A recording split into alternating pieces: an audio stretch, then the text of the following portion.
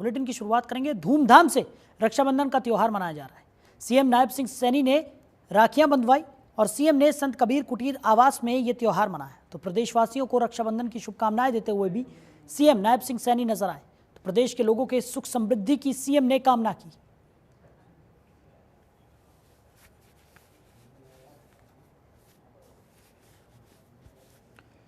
तो पूरे देश भर में रक्षाबंधन का पर्व धूमधाम और हर्षोल्लास के साथ मनाया जा रहा है। इस कड़ी में सीएम नायब सिंह सैनी ने भी अपने हाथों पर राखियां बंधवाई और सभी को इस पावन पर्व की शुभकामनाएं दी। तो सीएम ने संत कबीर कुटीर आवास में यह त्यौहार मनाया। तो प्रदेशवासियों को रक्षाबंधन की शुभकामनाएं देते हुए सीएम नायब सिंह सैनी नजर आए।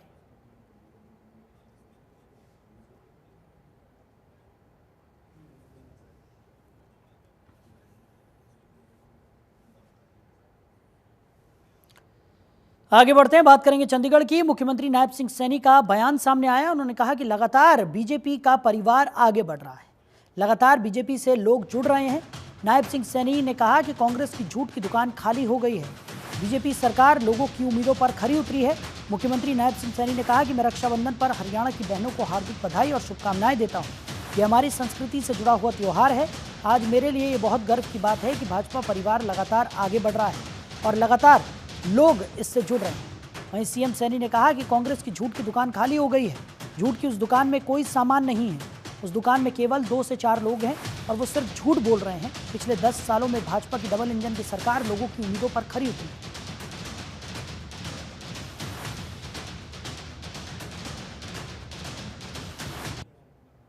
सबसे पहले तो मैं हरियाणा प्रदेश की बहनों को रक्षाबंधन के महापर्व की बहुत बहुत बधाई और शुभकामनाएं देता हूं। ये पर्व भाई बहन का पवित्र पर्व है और इस पर्व जो हमारे ये पर्व हैं, इन पर्वों से हमारे प्यार की भावना वो बढ़ती है। ये हमारी संस्कृति से भी जुड़े हुए पर्व हैं। मैं इस पर्व के अवसर के ऊपर सभी बहनों को बहुत बहुत बधाई और शुभकामनाएं मैं देता हूं। आज मेरे लिए ये बहुत ही गर्व की बात है कि भारतीय जनता पार्टी का परिवार निरंतर आगे बढ़ रहा है और आज उस कड़ी में हमारे लोकतंत्र सुरक्षा पार्टी के पदाधिकारी रहे, उनसे चुनाव लड़ा नायब सिंह पटाक माजरा आज अपने पूरे साथियों के साथ भारतीय जनता पार्टी की सदस्यता को हजारों की संख्या में ज्वाइन किया है और आम आदमी पार्टी जो गुल्ला हल्का से अपने गुरजीत सिंह हैं, इन्होंने भारतीय जनता पार्टी को ज्वाइन किया है। मैं इन सब का भारतीय जनता पार्टी के परिवार में शामिल होने पर बहुत बहुत बधाई और शुभकामनाएं देता हूं। मुझे पूर्ण विश्वास है लगातार जिस प्रकार से भारतीय जनता पार्टी का परिवार बढ़ रहा है और लोग लगातार जुड़ रहे हैं। कांग्रेस की दुकान झूठ की दुकान थी, वो दुकान खाली हो चुकी है। उस झूठ की दुकान में अंदर सामान नहीं है, उस दुकान के अंदर 2-4 लोग बैठे हैं और वो लोग झूठ बोल रहे हैं। उनका एक ही ध्येय है कि भाई झूठ बोल का कोई मारा तीर में तुक्का लग जा तो हम लगा लें और नहीं लगा तो बैठे हैं आराम से। ये स्थिति कांग्रेस की है और हम लगातार भारतीय जनता पार्टी, हमारी सरकार ने, डबल इंजन सरकार ने, आदरणीय नरेंद्र मोदी और हरियाणा सरकार ने मिलकर के हरियाणा के 2 करोड़ 80 लाख लोगों की अपेक्षाओं के ऊपर खरा उतरने का काम ये पिछले 10 वर्षों में हमारी सरकार ने किया। उधर हरियाणा के मुख्यमंत्री नायब सिंह सैनी ने गोहाना के रास्ते रोहतक जाते हुए दरियादिली दिखाई। सोनीपत के गांव चिढ़ाना में करीब 2 मिनट से भी अधिक समय तक सड़क पर ही रुककर वहां सड़क के किनारे पर खड़े हुए किसानों से मुलाकात की।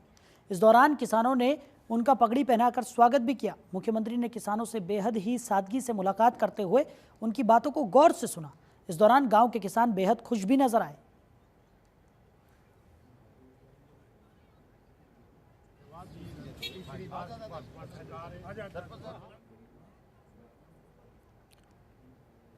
तो ओलंपिक खिलाड़ियों को सरकार ने बड़ा तोहफा दिया है। शूटर मनु भाकर को 5 करोड़ की धनराशि दी गई है। मनु भाकर ने पेरिस ओलंपिक में 2 कांस्य पदक जीते। तो रजत पदक विजेता नीरज चोपड़ा को 4 करोड़ दिए गए। विनेश फोगाट को भी 4 करोड़ की धनराशि दी गई है। अमन शेहरावत को 2.5 करोड़ रुपए दिए गए हैं। सरबजोत सिंह को भी 2.5 करोड़ रुपए की धनराशि दी गई है। हॉकी खिलाड़ी अभिषेक नैन, सुमित कुमार और संजय सिंह को 2.5 करोड़ रुपए दिए गए। तो खिलाड़ियों का मनोबल बढ़ाती हुई सरकार नजर आई और बड़ी सौगातें सरकार की तरफ से इन खिलाड़ियों को मिली है।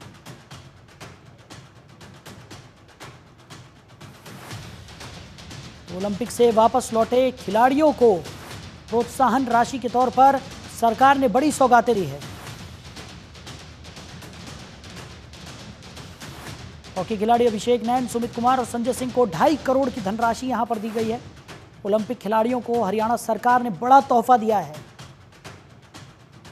शूटर मनु भाकर को 5 करोड़ की धनराशि सरकार की तरफ से दी गई है। वहीं बात करें मनु भाकर की, तो पेरिस ओलंपिक में 2 कांस्य पदक मनु भाकर ने जीते। रजत पदक विजेता नीरज चोपड़ा को 4 करोड़ रुपए यहां पर दिए गए। दिनेश फोगाट को भी 4 करोड़ की धनराशि सरकार की तरफ से दी गई है। अमन शेहरावत को 2.5 करोड़ रुपए दिए गए। सरबजोत सिंह को 2.5 करोड़ रुपए की धनराशि दी गई। हॉकी खिलाड़ी अभिषेक नैन, सुमित कुमार और संजय सिंह को 2.5 करोड़ रुपए दिए गए हैं। तो ओलंपिक से लौटे खिलाड़ियों का मनोबल बढ़ाने में सरकार जुटी हुई नजर आ रही है। सरकार की तरफ से ये प्रोत्साहन राशि इन खिलाड़ियों को दी गई है।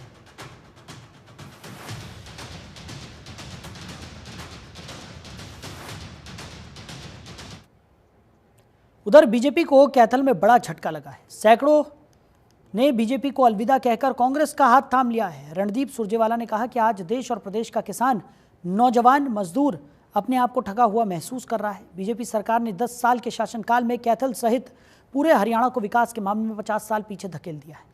बीजेपी पार्टी ने हरियाणा की जनता के साथ विश्वासघात किया है। आज प्रदेश का हर वर्ग परेशान है। बेरोजगारी चरम सीमा पर है, महंगाई अपार है।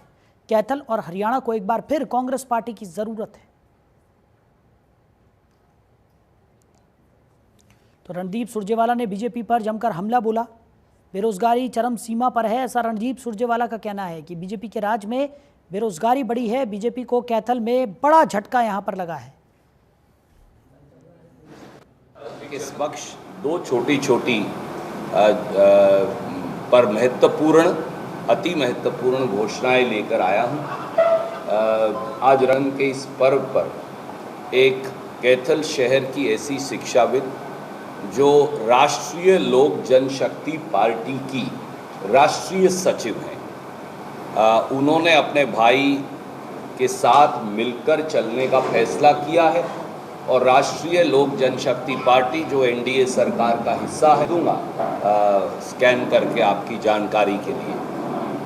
जैसा आप जानते हैं कि हमारी बहन जो हैं प्रज्ञा पाशा जैन, ये 1960 के दशक से इनके माता और पिता दोनों बहुत बड़े शिक्षाविद थे और 1950 और 60 के दशक से कैथल में रहते हैं और पिछले 50 साल से ज़्यादा से क्योंकि पहले स्कूल का नाम और था और अब 50 साल से हमारा जो स्कूल है, एक बहुत बड़ी शिक्षण संस्था स्पर्शव जैन स्कूल जो है, शहर के बीचों बीच चलाते हैं, जिसमें 1000 के करीब तो बच्चे शिक्षा ग्रहण करते हैं।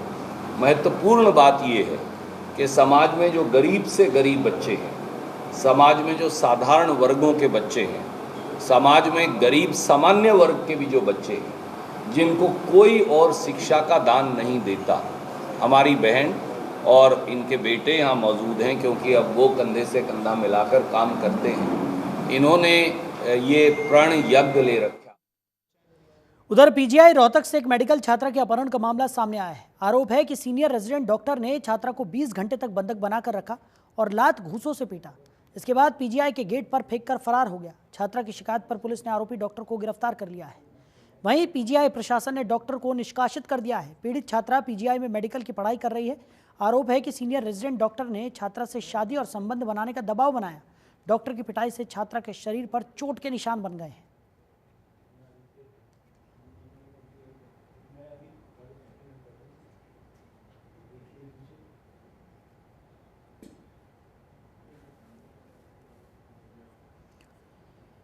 उधर हरियाणा विधानसभा चुनाव की घोषणा हो चुकी है। इसके बाद अब हर पार्टी के उम्मीदवार अपने अपने स्तर पर तैयारियों में जुट गए हैं। तो वहीं पृथला विधानसभा से पूर्व विधायक और भाजपा वरिष्ठ नेता टेकचंद शर्मा ने अपने कार्यकाल पर कार्यकर्ताओं की एक विशेष बैठक बुलाई, जिसमें टेकचंद शर्मा ने आने वाले विधानसभा चुनाव की तैयारियों को लेकर रूपरेखा तैयार की। इस मौके पर टेकचंद शर्मा ने मीडिया से बातचीत करते हुए कहा कि विधानसभा चुनाव का शंखनाद हो चुका है और वो और उनके कार्यकर्ता चुनाव लड़ने की पूरी तैयारी में है। एक छोटे से बुलावे पर आज हजारों की संख्या में कार्यकर्ता इकट्ठा हुए हैं, जो आने वाले विधानसभा चुनाव की रूपरेखा बनाकर तैयारियों में जुट जाएंगे।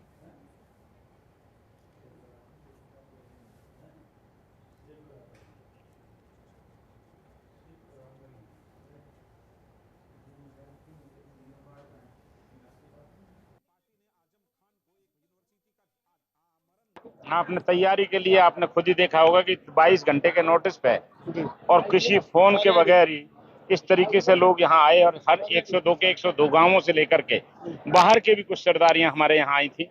उन्होंने पूर्ण रूप से आशीर्वाद दिया और आने वाले समय में भारतीय जनता पार्टी के जिस तरीके से माहौल है उसमें आप खुद देख सकते हैं कि अगर 22 घंटे पे कोई नेता इस तरीके की सरदारी, इस तरीके के परिवार इकट्ठे करके दिखाए तो मैं मानूं। देखिए भाई साहब, जब तक कोई मिशन लेकर के, आज हमारे आजादी के जो दीवाने थे मिशन लेकर के चले थे तभी आजादी मिली थी। हमने 14 से 19 भी मिशन लेकर के चले थे कि अपने क्षेत्र को हर तरीके से विकास की आंधी बहानी है।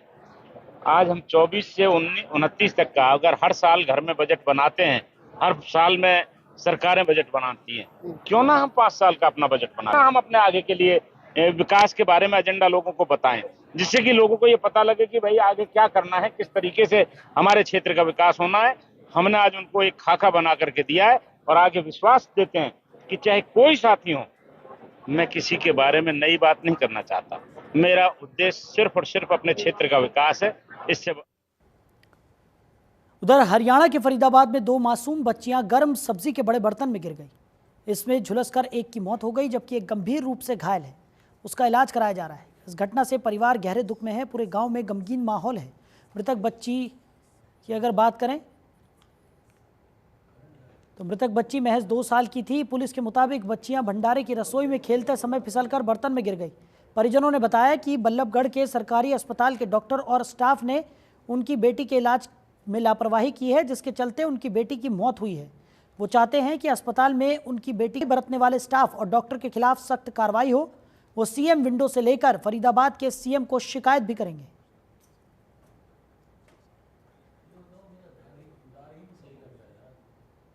जब खाना बन रहा है वहाँ पर, तो उसे बनाने का स्थान अलग है। तो हलवाई की लापरवाही है कि नाई का हलवाई है राजू, तो उसकी सबसे बड़ी लापरवाही है। जब उसको पता है कि यहाँ बच्चे का आवागमन है, तो बच्चे यहाँ खेल रहे हैं, तो बच्चों आना जाना, छोटे बच्चे भी, तो उनको वो प्रोग्राम अपना खाने का साइड में रखना चाहिए था, बीच में थोड़ी रखेंगे।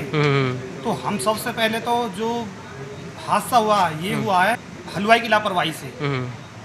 दूसरा हुआ ये डॉक्टर हम ले गए थे सिविल हॉस्पिटल में, मेरे भाई ले गया था, तो वहाँ भी उन्होंने कोई इंजेक्शन, कोई कार्रवाई नहीं की। दूसरी लापरवाही उसकी वजह से। देखो मैं तो जॉब पे था, बट मेरे पास फोन आया कि तुम्हारी भतीजी मंदिर पे प्रोग्राम था भंडारे का, उसमें गिर गई है। तो कैसे गिरी है? जब खाना बन रहा है वहाँ पे बनाने का स्थान अलग है। तो हलवाई की लापरवाही है कि नाई का हलवाई है राजू, तो उसकी सबसे बड़ी लापरवाही है। जब उसको पता है कि यहाँ बच्चे का आवागमन है, तो बच्चे यहाँ खेल रहे हैं, तो बच्चों आना जाना, छोटे बच्चे भी, तो उनको वो प्रोग्राम अपना खाने का साइड में रखना चाहिए था, बीच में थोड़ी रखेंगे। तो हम सबसे पहले तो जो हादसा हुआ ये हुआ है हलवाई की लापरवाही से। मंदिर पे आज भंडारा था, भगवत कथा समाप्त हुई थी, तो बच्चे खेल रहे थे गांव डीग में। अच्छा। तो बच्चे खेल रहे थे, तो खेलते खेलते सब्जी का पतीला रखा था, तो बच्चे उसमें जा गिरे। आनन फानन में हम लोग डुग्गल हॉस्पिटल लेके पहुंचे। वहाँ हॉस्पिटल प्रशासन ने, जितने भी स्टाफ था, डॉक्टर थे, उन्होंने कोई रिस्पॉन्ड नहीं किया। दुग्गल अस्पताल, ये बल्लभगढ़ में जो सिविल हॉस्पिटल है, civil hospital civil hospital Duggal तो प्राइवेट होगा ना? नहीं, सिविल हॉस्पिटल, उसको डुग्गल हॉस्पिटल ही बोलते हैं। सरकारी है सरकारी हॉस्पिटल है, छतरी वाला अस्पताल बोलते हैं, छतरी वाला अस्पताल जो भी है। आनंद फानन में हम लोग लेके गए, लेकिन उन्होंने कोई कार्रवाई नहीं करी, ना ही बच्चे को कोई टीटी का इंजेक्शन लगाया, ना ही कोई जहर का लगाया जाके जले का कोई जहर ना फैले। सिर्फ एक क्रीम लगा के, जो सिल्वर एक्स की, वो लगा के छोड़ दिया, कह रहे जी ले जाओ। तो यूं तो देश में राखी और भाई बहन के प्यार के अनगिनत उदाहरण मिल जाएंगे, लेकिन फरीदाबाद में भाई बहन के प्यार का ताज़ा उदाहरण सामने आया है, जिसमें बहन ने भाई को राखी से ठीक 2 दिन पहले अपनी किडनी देकर उसकी जान बचाई। फरीदाबाद की रहने वाली महिला रूपा ने अपने भाई से राखी पर उपहार लेने के बजाय भाई की जान से किडनी लेने वाले ललित कुमार ने बताया कि जनवरी 2023 में उन्हें परेशानी शुरू हुई। जब चेकअप कराया गया तो पता चला कि उनका क्रेटिनिन 1200 से ज़्यादा था। उसके बाद उनका डायलिसिस शुरू हो गया। ललित कुमार के मुताबिक उनकी बहन भी फरीदाबाद में ही रहती है। जब उन्हें पता चला तो उन्होंने खुद से आगे आकर कहा कि मैं किडनी देने के लिए तैयार हूँ। ललित कुमार के मुताबिक उन्होंने मना भी किया, लेकिन बहन ने कुछ नहीं सुना। मेरे को सुबह नाश्ता करते उल्टी आती थी, फिर मैंने अपना चेकअप कराया, मुझे पता चला मेरा क्रेटिन 12.7 है। अच्छा। फिर मैं डॉक्टर से सलाह ली, जिन्होंने मुझे बताया कि अभी किडनियों में दिक्कत है। आपकी एज कितनी है? 52 ईयर। 52 ईयर। और आपको ये दिक्कत कब से थी? ये मेरे को 2023 14 जनवरी को पता चला। अच्छा, इससे पहले कभी आपने कोई चेकअप नहीं करवाया? नहीं। अच्छा, कोई सिम्टम्स रहे हो इससे पहले? बस उल्टी आती थी सुबह और पेट में कब्ज होती थी। अच्छा, फिर क्या हुआ? अब क्या किया आपने? ट्रांसप्लांट कराया है? हाँ जी, 1 साल से मैं डायलिसिस पे चल रहा था। फिर मेरे को मेरी बहन ने हिम्मत बंधाई, फिर मेरे को किडनी मैंने ट्रांसप्लांट कराई। आपकी बहन आपसे बड़ी है, आपसे छोटी है? मेरे से छोटी है। आपसे छोटी है। राखी का त्यौहार है, एक राखी के त्यौहार पर आमतौर पर भाई पैसे या कोई गिफ्ट देते हैं बहनों के लिए, और बहन उम्मीद करती हैं कि भाई जीवन भर रक्षा करेंगे। यहाँ बहन ने भाई की रक्षा की, क्या कहेंगे? ये मेरे को बहन ने तो बच्चों से कोई बात की, पति से कोई बात की? पति तो नहीं है, बच्चों ने कह दिया हमें कोई ऐतराज़ नहीं है। अच्छा, हस्बैंड नहीं? हाँ, पति नहीं है, तो बच्चों ने कोई वो नहीं करा। इंटरव्यू हो गया था बच्चों का। अच्छा। तो उन्होंने कहा हमें कोई ऐतराज़ नहीं, हम अपनी मम्मी को देखभाल करेंगे। फिर मेरी हिम्मत और भी बंध गई। बस मेरा भाई सलामत रहे और मुझे कुछ नहीं चाहिए। राखी का त्यौहार है, आपने इतना बड़ा गिफ्ट दिया भाई को। खुशी से दिया है। देख नहीं रहे मैं कितनी खुश हूँ, आपको दिखाई भी दे रहा होगा।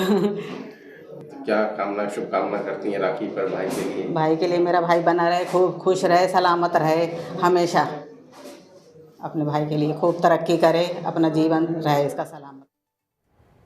तो भाई बहन के अटूट प्रेम का प्रतीक रक्षाबंधन पर्व आज मनाया जा रहा है। रक्षाबंधन त्यौहार पर भाइयों को राखी बांधने वाली महिलाओं को महेंद्रगढ़ जिले में हरियाणा रोडवेज की तरफ से इस बार भी बसों में निःशुल्क यात्रा करने की सुविधा दी गई है। महिलाओं के साथ 15 साल के बच्चों के लिए निःशुल्क सुविधा उपलब्ध की जा रही है। हरियाणा रोडवेज की बसों में निःशुल्क यात्रा से संबंधित आदेश कई दिन पहले ही जारी किए जा चुके थे, जिसमें आचार संहिता होने के बावजूद ये सुविधा मिल रही है। ये सुविधा रात 12 बजे खत्म हो जाएगी।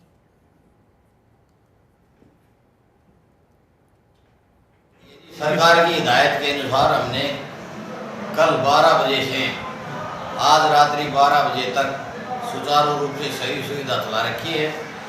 और हमने मैनेजमेंट द्वारा, जीएम साहब के द्वारा 8 कंडक्टर, 8 ड्राइवर, 8 गाड़ी एक्स्ट्रा दे रखी है। किसी भी प्रकार की किसी यात्री को असुविधा न हो।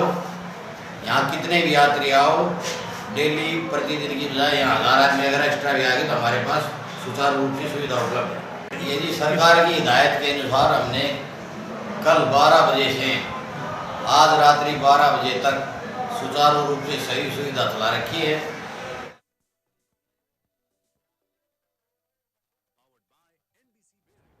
तो अगली खबर अंबाला से है, जहां हर साल की तरह इस बार भी हरियाणा सरकार ने रक्षाबंधन के अवसर पर बहनों को तोहफा देते हुए हरियाणा रोडवेज की बसों में यात्रा को फ्री किया है। सरकार के इस फैसले के बाद हरियाणा रोडवेज ने कल दोपहर 12 बजे से आज मध्य रात्रि तक महिलाओं और उनके साथ 15 साल के बच्चे के लिए फ्री बस सेवा की है। महिलाओं को किसी प्रकार की परेशानी न हो, इसके लिए एक्स्ट्रा बसें भी चलाई गई हैं। वहीं सरकार के इस फैसले का महिलाओं ने स्वागत किया है और सरकार की जमकर तारीफ भी की है।